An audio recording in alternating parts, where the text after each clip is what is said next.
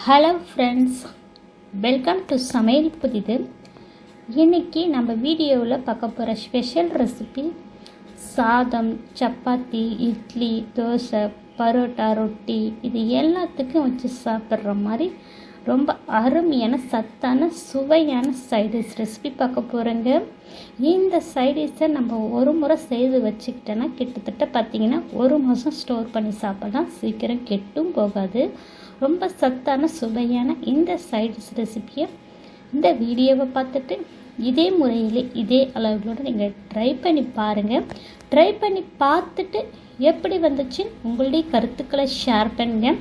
இந்த வீடியோ உங்களுக்கு பிடித்திருந்தால் லைக் பண்ணுங்கள், ஷேர் பண்ணுங்கள், சப்ஸ்கிரைப் பண்ணுங்கள், கமெண்ட் பண்ணுங்கள். இந்த வீடியோவை முழுமையாக ஸ்கிப் பண்ண பாருங்கள். இப்போ வாங்க இந்த சைடிஷ் ரெசிபி பார்க்கலாம். இப்போ மிக்ஸி ஜாரில் 2 கைப்பிடி அளவுக்கு கருவேப்பிலை, அதிக முத்தனை கருவேப்பிலை இல்லாமல் கொஞ்சம் பிஞ்சியான கருவேப்பிலையை எடுத்துக்கோங்க. அப்போ தான் இந்த சைடிஷுக்கு ரொம்ப நல்லாயிருக்கும். இப்போ 2 கைப்பிடி கருவேப்பிலையை நல்லா சுத்தமாக அலசிட்டு தண்ணியை வடிச்சிட்டு மிக்ஸி ஜாரில் சேர்த்துருக்கேன். இதில் 1.5 டீஸ்பூன் அளவுக்கு தனி மிளகாத்தூள் சேர்த்துருக்கேன் காரத்துக்கு. இதுக்கு தேவைக்கேற்ப கல் உப்பு 1/2 டீஸ்பூன் சேர்த்துருக்கேன். இதில் ஒரு பெரிய நெல்லிக்காய் சைஸ் அளவுக்கு புளி சேர்த்துங்க. அந்த வீடியோ ஸ்கிப் ஆகிடுச்சு, கட்டாயம் புளி சேர்த்துக்குங்க.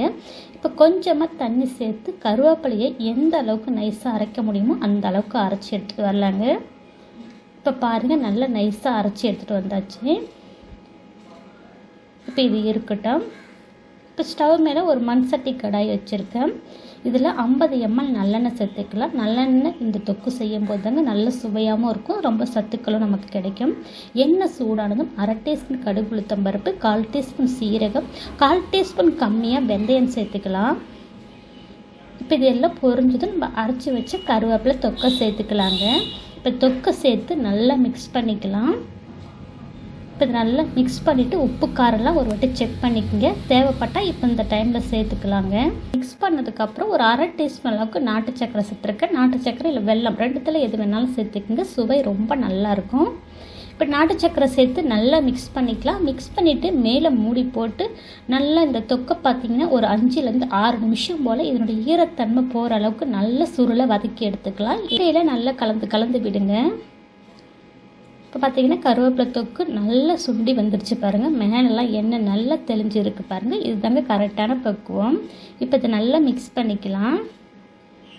ஈரப்பதெல்லாம் போயிட்டு நல்ல சுருளை வதங்கினதுக்கப்புறம் ஸ்டவ் ஆஃப் பண்ணிவிடுங்க. இதுன்றதுனால நம்ம ஆஃப் பண்ணாலும் சூடு இருந்துக்கிட்டே நல்லா வதங்கிக்கிட்டே இருக்குங்க. நான் ஆஃப் பண்ணி தான் வச்சுருக்கேன். இப்போ இதை சுட இந்த கருவேப்பிலை தொக்கை சாதத்தில் வச்சு போட்டு சாப்பிடுங்களா, அவ்வளோ அருமையாக இருந்துச்சுங்க. ருசி. கண்டிப்பாக ஃப்ரெண்ட்ஸ் இந்த கருவேப்பிலை தொக்கை ஒரு முறை ட்ரை பண்ணி பாருங்கள். கருவேப்பிலை பிடிக்காதவங்களுக்கு கூட இந்த மாதிரி தொக்கா ட்ரை பண்ணி கொடுத்தீங்கன்னா ரொம்ப விரும்பி சாப்பிடுவாங்க. சாதம், சப்பாத்தி, இட்லி, தோசை இது எல்லாத்துக்கும் ரொம்ப அட்டகாசமாக இருக்குங்க. இந்த கருவேப்பிலை தொக்கை அடிக்கடி நம்ம செய்து சாப்பிட்டு வந்தோன்னா ரத்த சோகை உள்ளவங்க, இளநரை உள்ளவங்களுக்கு, பிளட் ப்ரெஷர் அதிகம் உள்ளவங்களுக்கெல்லாம் இந்த கருவேப்பிலை தொக்கை அதிகம் சாப்பிட்டுட்டு வந்தீங்கன்னா உடனடி தீர்வு கிடைக்கும். ரொம்ப அருமையாக இருக்குங்க. கண்டிப்பாக ஃப்ரெண்ட்ஸ் இந்த கருவேப்பிலை தொக்கை இதே முறையில் ஒரு வாட்டி நீங்கள் ட்ரை பண்ணி பார்த்துட்டு உங்களுடைய கருத்துக்களை ஷேர் பண்ணுங்கள். இந்த வீடியோ உங்களுக்கு பிடித்திருந்தால் லைக் பண்ணுங்கள், ஷேர் பண்ணுங்கள். நம்ம சேனலுக்கு மறக்காமல் சப்ஸ்கிரைப் பண்ணுங்கள். கூடவே பெல் ஐக்கனை கிளிக் பண்ணி வச்சுக்கோங்க. இந்த வீடியோவை முழுமையாக ஸ்கிப் பண்ண பார்த்ததுக்கு நன்றி. வணக்கம்.